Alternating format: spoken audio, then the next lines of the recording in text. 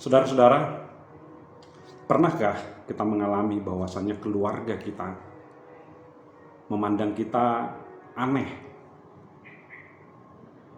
Bahkan mungkin tetangga-tetangga kita juga memprovokasi keluarga kita. Kok kayak gitu dia? Waduh geleng nih, masa nih.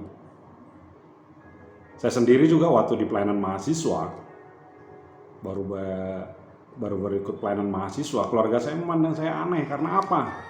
Rajin baca Alkitab. Dan ada prinsip-prinsip yang mulai berubah. Sehingga keluarga memandang kok aneh gitu. Saudara-saudara, Anda tidak sendiri. Tuhan Yesus mengalaminya. Maka hari ini saya mengajak kita untuk merenungkan satu bagian firman Tuhan dengan judul yang saya kasih, siapakah keluargaku? Tentu kita tahu kisah dalam Markus pasal yang ketiga ayat 31 sampai 35.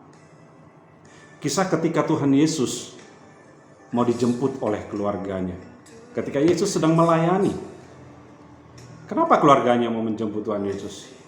Kalau kita baca pasal 3 ayat yang sebelumnya, ayat 21 dan 22, ternyata keluarga sepertinya mulai mencemaskan atau mulai terhasut provokasi orang-orang di sekitarnya. Kalau kita baca ayat 21, waktu kaum keluarganya mendengar hal itu, mereka datang hendak mengambil dia karena orang makin banyak, orang keluarga khawatir, sebab kata mereka ia tidak waras lagi.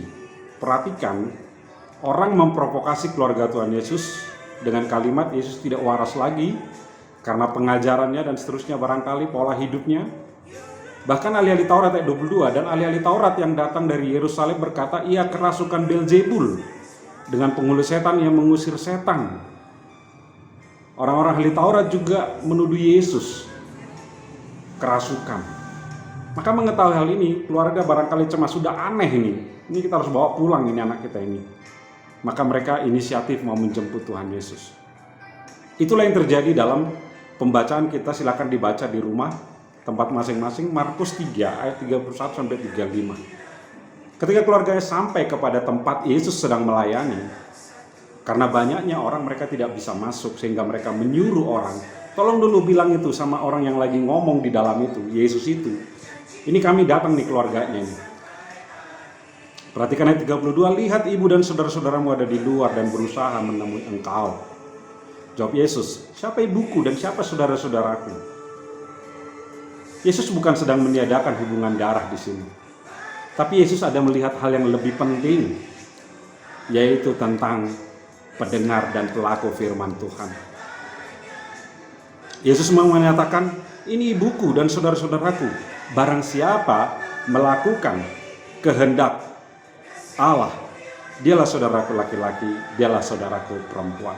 Yesus tegas mengatakan, keluargaku itu adalah orang-orang yang mendengarkan firman Allah dan melakukan kehendak Allah. Karena Yesus sadar, Yesus tahu dengan benar ketika keluarganya itu, ketika ibu dan saudara-saudaranya itu adalah orang-orang yang mau dengar dan mau taat kepada firman Tuhan, mereka nggak akan berpikiran seperti itu, mereka nggak akan terpengaruh oleh provokasi orang-orang. Maka dia dengan tegas, keluargaku adalah orang-orang yang mendengarkan firman Tuhan, karena mereka juga akan menjadi bagian dari kerajaan Allah. Yesus tidak meniadakan hubungan berdarah, hubungan darah. Tapi dia sedang mau menegaskan, hendaknya keluarga itu adalah orang-orang yang taat kepada firman Tuhan, supaya mereka juga menjadi bagian dari kerajaanku. Apa yang kita mau ambil dari sini, saudara-saudara? Apa yang kita bisa refleksikan? Ketika di awal tadi saya katakan, keluarga kita mungkin memandang aneh keputusan-keputusan masalah pernikahan, keputusan-keputusan dalam pekerjaan, keputusan-keputusan dalam pergaulan, mereka memandang aneh. Padahal kita tahu, kita sedang mengambil keputusan seturut dengan kehendak Allah. Maka bagaimana seharusnya tindakan kita? Dalam bagian ini Yesus sedang mengajarkan kita bahwa keluargaku adalah keluarga yang melakukan kehendak Allah, keluarga yang mendengar firman Allah dan tunduk kepada Allah. Bagian dan panggilan kita dalam hal ini adalah mari berkata, ketika ada pertanyaan siapa keluargaku? Keluargaku adalah keluarga yang mendengarkan firman Tuhan, yang melakukan firman Tuhan. Sehingga pada akhirnya apa yang kuyakini? keluargaku juga yakini. Nilai yang kupegang, keluargaku juga pegang. Komitmen-komitmenku juga keluargaku sedang memahami. Karena apa? Kami berdiri di atas firman yang sama. Kami berdiri di atas batu karang yang sama. Bagaimana caranya? Mari kita menolong keluarga-keluarga kita untuk mengenal Tuhan. Mari kita menolong keluarga kita untuk mengenal Kristus yang dipercaya. Siapa Tuhan Yesus yang mati di kayu salib. Mari kita menolong keluarga-keluarga kita dalam persekutuan-persekutuan di keluarga kita. Sehingga setiap anggota keluarga kita sungguh-sungguh mengenal Kristus. Sungguh-sungguh akan percaya kepada Kristus. Sehingga seluruh anggota keluarga kita hidup bertumbuh di dalam Kristus. Maka firman ini sampai akan kita ucapkan dalam keluarga kita. Inilah ibuku, inilah bapakku, inilah abangku, inilah adikku, inilah kakakku. Mereka saudaraku bukan hanya bersaudara dalam tali hubungan darah, tapi mereka adalah saudaraku di dalam Tuhan. Kiranya Tuhan menolong kita untuk bersama-sama bertumbuh dengan keluarga tercinta kita. Amin. Tuhan Yesus memberkati kita semua.